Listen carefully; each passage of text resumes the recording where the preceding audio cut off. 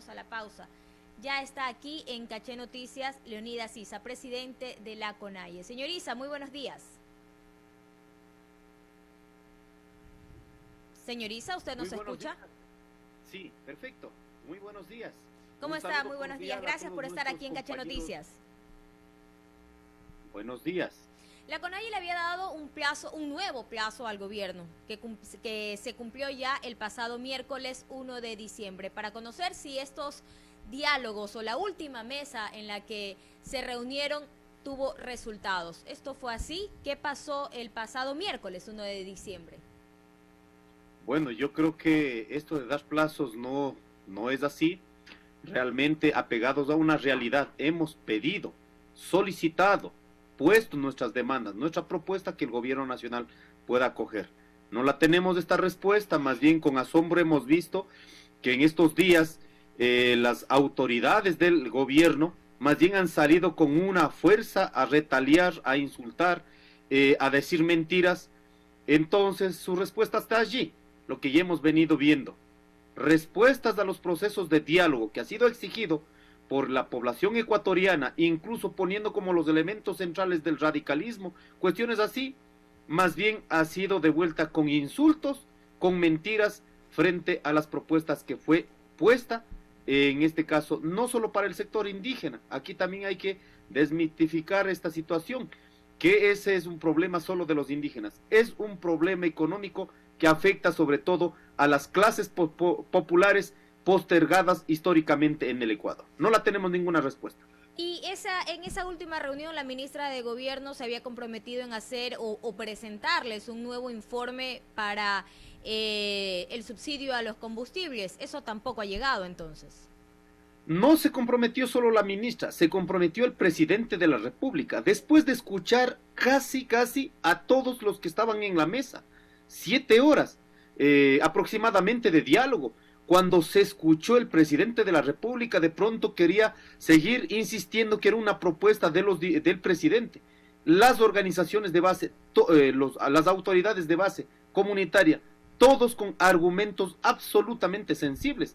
Por ello, se había puesto entre estos temas que ellos tenían un número en términos económicos y nosotros teníamos otro análisis en términos económicos, por la cual se comprometieron en 3 semanas, en 15 días, en 15 días que puedan revisar estos números y dar una respuesta positiva al pueblo ecuatoriano. Por ello nosotros, incluso en esa rueda de prensa, para no estar en este tira y afloja, quién dice la verdad o quién dice la mentira, simplemente habíamos dicho, hay puntos que se avanza, no son acuerdos, y en el tema de combustibles, en 15 días darán la respuesta. Y yo creo que estamos siendo absolutamente responsables con la realidad del país, y además de eso, absolutamente responsables con nuestra palabra. 6 meses de un proceso, de dejar propuestas, de dialogar y luego decir que no pasa nada o que siguen sosteniendo en esta idea del radicalismo, me parece una cosa que realmente el gobierno nacional no está gobernando para los ecuatorianos, sino bajo una imposición de una lógica del Fondo Monetario Internacional. Está dispuesto a todo, con tal de cumplir con el Fondo Monetario Internacional, más no escuchar las realidades de los pueblos aquí en el Ecuador. Ante esta negativa y esta falta de reuniones y de consensos, ¿qué esperar entonces para el próximo año por parte de la CONAIE? Bueno, de nuestra parte está aquí ya la propuesta de avanzada. En este caso nos declaramos en asambleas territoriales, socializamos, no es solo este problema del combustible, como han pretendido posesionar también, todo el problema de la politización de los derechos colectivos, el problema minero, el problema de los créditos, no son los nuevos créditos que de pronto ofreció el presidente de la República en la campaña, no, son los créditos que en este momento la gente no puede pagar, todos los procesos de privatización, el decreto 95 referente a petróleos, 151 referente a minería, el 238 privatización del sector energético, los procesos que se han dado en las últimas semanas, los procesos de privatización en la importación de los combustibles, así también de manera tajante ha dicho la privatización del Banco del Pacífico. todo eso yo no creo que el pueblo ecuatoriano esté dispuesto a tolerarla. O en este momento el incremento del problema, ¿no es cierto?, a partir de la aprobación de la ley tributaria, donde prácticamente mete la mano a los bolsillos a los más pobres y a la clase media. ¿Y qué pasa con los sectores que realmente no han pagado impuestos, siempre han evadido los impuestos? ¿Qué pasa con ese sector? Siempre va a seguir siendo sobreprotegido por el Estado, y encima de eso salen con el derecho a seguirnos hablando, a seguirnos insultando. Entonces nosotros hemos dicho, todos estos problemas llevamos a un análisis en el territorio. Aquí no es una cuestión de un pensamiento, de una discusión entre dirigentes, sino frente a la realidad, por la cual creemos también aquí, a la Asamblea Nacional, necesitamos los temas que están definiendo en la Asamblea Nacional, necesitamos construir con la gente. Es impensable que la ley en este momento, la ley tributaria, usted pregunta a algunos compañeros, mejor dicho, a la ciudadanía, no sabe realmente, nunca se ha discutido con la gente. Entonces, estas normas están siendo de imposición bajo una sola lógica, en este pretexto de que es presidente, ha ganado las elecciones, y no es un cheque en blanco en ese sentido. Más bien hay que construir desde abajo, el poder desde las bases, el poder desde el pueblo, y a partir de aquello sostener las propuestas. Bueno, en ese caso ya Pachacutic, por ejemplo, anunció que iba a presentar un proyecto derogatorio de esta ley. ¿Qué tan efectivo puede ser? Eso todavía genera muchas dudas. Hablando de la asamblea, ya están alistándose para irse de vacaciones, entrar en su periodo de vacancia. ¿Cómo quedan los más de 400 indultos, creo que se habían presentado? Eso ya quedaría para el próximo año. No tengo en este momento conocimiento ya de la agenda legislativa, hasta qué día van a elaborar. En efecto, nosotros hemos presentado con tiempo esta situación de Pandora Papers, que ha quedado para el día martes la votación. Vamos a ver qué sucede. Estaba en ese proceso el tema de las amnistías que corresponde a la Asamblea Nacional. Vamos a esperar pacientemente, como hemos venido sosteniendo y defendiendo, y también esperando, ¿no es cierto?, los resultados. No se puede imaginar en este país, mientras miles de ecuatorianos hacemos los esfuerzos de corregir, o millones de ecuatorianos de corregir toda esta forma de manejo que han hecho en el Ecuador, y cuando se ha protestado estemos siendo criminalizados, incluso hasta por pensar diferente. Así que son tareas que nos corresponde a los sectores populares en este país y en el mundo. Jamás ha habido cambios si no se ha luchado, no se ha puesto propuestas, si no se ha puesto. Entonces, seguimos sosteniendo propuestas, seguimos demandando también con movilizaciones, pero además de eso también convocar, reiterar y fortalecer esta unidad con los diferentes sectores populares del Ecuador. Todo el progresismo, toda la izquierda, todos los que estamos dispuestos realmente a construir otro tipo de vida, otra forma de vida en este país. Así que hacemos la cordial invitación, vamos a seguir construyendo. Aquí no son agendas coyunturales, sino realmente que permitan consolidar un proyecto político pensada desde las bases, desde los sectores populares, desde la ciudadanía, sin importar nuestra identidad. Aquí debemos juntarnos indígenas, blancos, mestizos, cholos, montubios, afros, en un proyecto político, porque en este momento vemos con tanta preocupación que es un proyecto impuesto, no es ni siquiera pensada por la gente del gobierno, sino es impuesto por el Fondo Monetario Internacional. Aquí en Caché Noticias estamos conversando con Leonidas Issa, presidente de la CONAIE. Mi compañero Carlos Zacoto se suma a esta entrevista. Señor Issa, muy buenos días, qué gusto saludarlo, bienvenido nuevamente a Caché Noticias. Queda claro entonces aquello de no hay ningún pronunciamiento de parte del gobierno nacional a lo que se quedó como pendiente en esa última reunión en Carondelet. Entiendo que ustedes no están dispuestos a aceptar ningún tipo de nueva reunión con el gobierno nacional para hablar de estos temas. ¿Lo entiendo bien? Absolutamente. Está la resolución número 2, donde se dijo no regresaremos a ningún diálogo que no tenga resultados. En ese proceso seguiremos fortaleciendo la unidad con los sectores, y lógicamente el gobierno ha decidido transitar por la imposición del Fondo Monetario Internacional, como fue el gobierno anterior. Ahora, usted señalaba un tema importante, no solo se trata del tema de los precios de los combustibles, se hicieron también otros ofrecimientos. Desde la reunión hasta la fecha, estos otros ofrecimientos tampoco han avanzado en ningún tipo de acción? ¿No hay nadie del gobierno que tenga contacto con ustedes de forma directa y permanente luego de estas conversaciones, luego de las declaraciones a la prensa? ¿Son temas que se pasan la página rápido? Ninguna relación. Por eso habíamos dicho ese día, señor presidente, si realmente todo lo que está diciendo se debe pragmatizar en un documento, diga en el punto número en el punto número 1, esto, en el punto número 2, en el punto número 3, número 4, y se firme, públicamente se diga, muy bien, estos son los puntos acordados a la cual estamos obligados a dar seguimiento. Pero como sabemos que todo el rato miente, entonces son ofrecimientos para no comprometer con el pueblo. En ese sentido, nosotros al menos tenemos poca confianza, al menos de los otros temas también. Ahí se comprometió a respetar el tema de los derechos colectivos, pero al día de hoy sigue poniendo a hermanos indígenas. Se puede imaginar, lleva hermanos indígenas solo para que aplauda.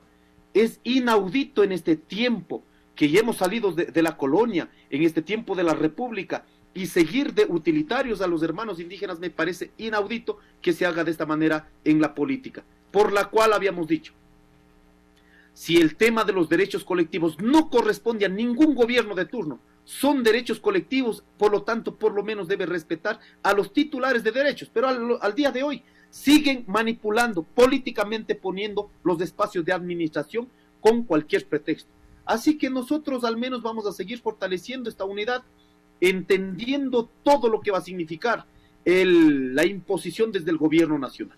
Criminalización, estigmatización, insultos, como ya hemos visto de los señores. Y es más, voy a sacar un documento en los siguientes días, cómo ha hecho la planificación el gobierno nacional, y que de hecho en la mesa de diálogo, el señor Fuertes mismo, este documento se olvida y lógicamente uno de los participantes toma este documento. Y lo voy a hacer público, cómo planifican estratégicamente para acabar al movimiento indígena.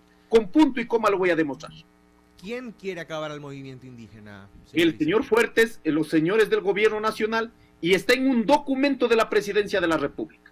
Así que en los siguientes días daré a conocer que en este caso hemos logrado, ellos incluso en su desesperación por acabar aquello, andan confundiendo un montón de cosas y estratégicamente hayan tenido planificado en esta documentación que lo voy a demostrar al país. Acabar al movimiento indígena, desarrollemos un poco esa idea, es decir, generando división. ¿Qué tipo de estrategia estarían implementando desde el gobierno? De todo. Estigmatización, criminalización, división, cooptación de dirigencias, poner mentiras, supuestos acuerdos. O sea, hay una lista detallada.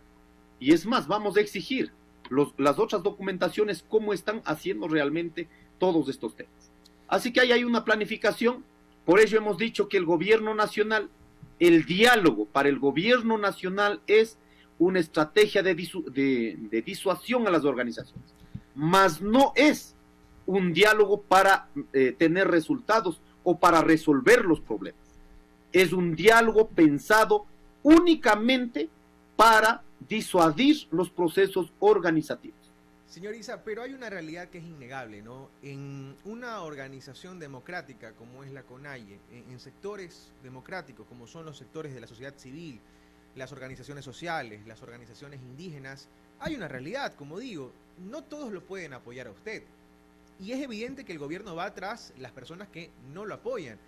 Y eso es democrático, eso es justo. Es decir, ahí no hay nada de extraño, eso puede suceder, es parte de una relación o digamos de un procedimiento de gobierno. ¿A eso se refiere usted?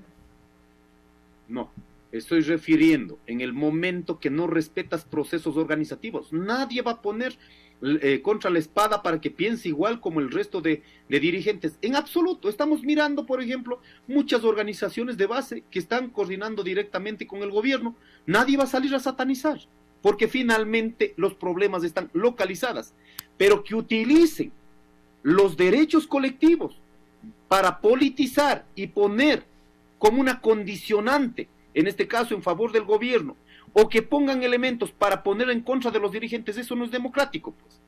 Eso es un proceso perverso de hacer la política. Nosotros no estamos poniendo mentiras para que de pronto la gente crea en la lucha, pues. Simplemente es recurrir a la realidad y a partir de esa realidad la tenemos propuestas y la tenemos la lucha. Pero aquí hay una estrategia pensada para, como todos los gobiernos de turno han hecho, una estrategia pensada para disuadir los procesos organizativos. Así que eso no es democrático, eso es perverso y eso es realmente pensada en ese campo, y no es desde este ángulo, sino realmente desde sus compromisos que tienen con el Fondo Monetario Internacional. Eso debemos entenderlo. Aquí nadie está juzgando por pensar diferente. Si hay procesos democráticos en este país, constitucionalmente 3 tipos de democracia en este país: la representativa, la democracia directa, la democracia comunitaria. Si en nuestras estructuras organizativas, comunas, comunidades, pueblos y nacionalidades, los procesos no de ahora, ni desde la Constitución del 2008, cientos de años, las formas de tomar decisiones colectivas, pues eso está reconocido en la Constitución. No se puede agredir a pretexto de cualquiera este tipo de democracia también. Ahora, yo tengo que hacerle esta pregunta con muchísimo respeto. Yo vi la transmisión en vivo de una de sus últimas intervenciones en Colta, en la provincia de Chimborazo, y ahí usted hacía referencia a temas que también escapan de las manos del gobierno. Y corríjame si me equivoco, por favor. Por ejemplo, el tema del precio de la uria. Entiendo que la uria está cara por un tema internacional que escapa de las manos del gobierno nacional. Y usted le dice a la gente, eso es culpa del gobierno. Usted insiste en un discurso de fuera Lazo. Usted estuvo presente en una reunión en la que se quemó una fotografía de Guillermo Lazo frente a toda la multitud que aplaudía y arengaba enojado contra el gobierno nacional. ¿Eso no es también dividir? ¿Ese no es un discurso violento? ¿Eso no es también proceder con las mismas actitudes que usted está señalando de parte del gobierno nacional, señor Issa? Para nada. Óigame, si a mí me invitan los compañeros, 5,000 personas del día 28 que no habían parado la movilización, ¿cómo sé en el escenario que está planificado para levantar la movilización de esos días? ¿Acaso que el señor Riza ha ido adelantando a planificar un evento? Señores, por favor, me voy a una base donde estaba paralizada a levantar con los compañeros, a hacer un puente como estaba previsto, que hayan organizado y estaban tan cabreados con las decisiones del gobierno. ¿Cómo puedo yo saber? Esa es una cosa, llegar a un espacio donde realmente como dirigentes no podemos controlar, pero que desde el gobierno, en cambio, planificadamente lo hagan, eso es otra cosa, pues. Yo no voy a estar planificando semejantes cosas como lo está haciendo el gobierno nacional. Y la otra cuestión, fuera Lazo, yo hasta este momento, al menos no esté instalado en este momento dentro del movimiento indígena, al menos. Entonces, si están construyendo escenarios contrarios a esta tesis, pues ya ahí corresponde también a la realidad del gobierno nacional, que hasta ahora la gente al menos ha visto que no tenemos resultados. Ese es el punto. 7:20 a.m. Gracias por su respuesta, ingeniero Leonidas Issa. Pero antes de despedir esta entrevista, sí me gustaría un breve comentario de su parte respecto de la reforma tributaria, que ya es ley de la República, que ya está en el registro oficial. Usted ha dicho en el marco de su intervención, este proyecto no fue discutido con la gente, pero lo cierto es que, bueno, a ver, seamos sinceros, para eso sirve la Asamblea Nacional. Ustedes tienen ahí su brazo político que es Pachacutic. El proyecto sí se discutió en una comisión, se debatió en el Pleno. Pachacutic hizo una moción a través de la señora Mireya Pazmiño, presidenta de la Comisión Económica, para archivar y negar este proyecto de ley.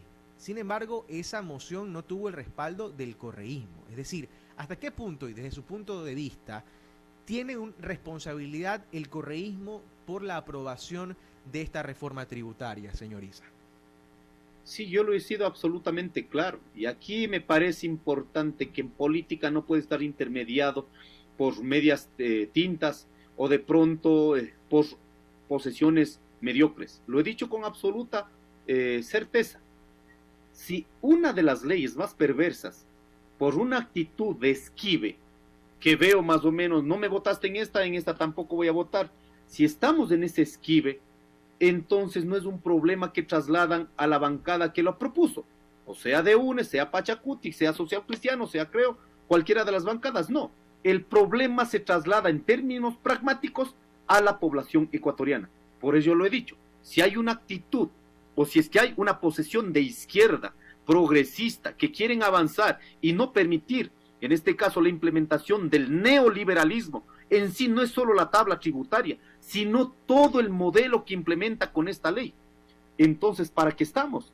No, en política necesitamos tener coherencia, necesitamos tener consecuencia desde los sectores de donde se viene, por la cual, entendiendo también dentro del movimiento Pachacuti, hay muchas vicisitudes, hay mucho debate, la hemos respetado, no la compartimos posesiones, pero hay un grupo de asambleístas que se han mantenido en esta idea conectado en la realidad de la gente, por la cual yo por ello había dicho en un mensaje en el Twitter, oiga, esto no corresponde a coherencia, ¿hay algún pacto? Explíquennos, porque finalmente uno cómo entiende que pase una ley perversa por la abstención, porque habían 3 mociones en este momento, el informe de mayoría, el informe de minoría y el archivo de la ley.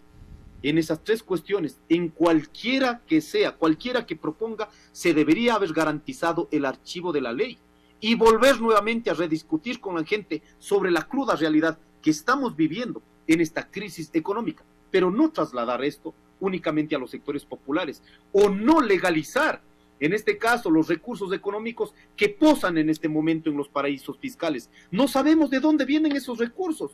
Realmente son limpios, vienen del narcotráfico, vienen del lavado. ¿Qué recursos van a llegar, van a naturalizar aquí en el Ecuador?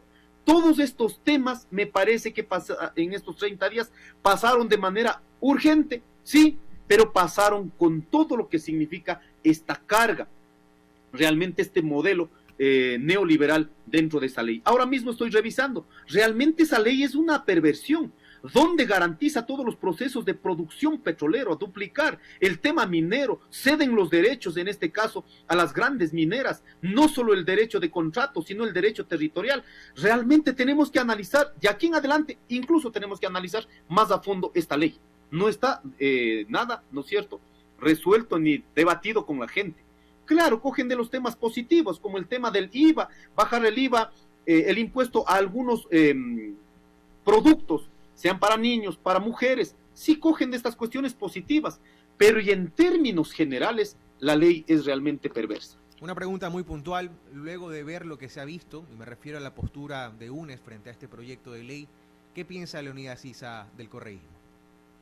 Bueno, yo al menos voy a dejar esto nuevamente claro. No voy a caer en la trampa de la derecha. A los únicos que les sirve la bipolaridad, correísmo, anticorreísmo, es a la derecha. Con ello tienen a un sector incauto de la población, el correísmo. Nosotros hemos luchado en el tiempo de Correa, en contra de la expansión minera, en contra de que politicen nuestros derechos, incluso cuando pretendían quitar la casa de la CONAI. Hemos luchado, pero no podemos quedar en esta retórica para seguir manteniendo una política bipolar en este país y que sigan garantizando. Nosotros decimos, si hay una línea consecuente, hay que unificar en el proyecto político del pueblo, no sobre las ideas de los líderes fuertes, del caudillismo, no, sino sobre un proyecto político que realmente dé respuestas a las clases populares en el Ecuador, a la clase media. Y con ello, ¿qué decimos? Señores, aquí no hay un problema de estar en contra de los ricos. Lo único que pedimos, por justicia, paguen impuestos como el resto de ecuatorianos lo hacemos. No es posible que exista evasión tributaria todos los años y además en cada tiempo exista estas remisiones tributarias. Los únicos beneficiarios que han sido son los grandes grupos económicos y allí siguen saliendo a insultar al pueblo ecuatoriano que somos radicales, somos violentos, cuando son ellos.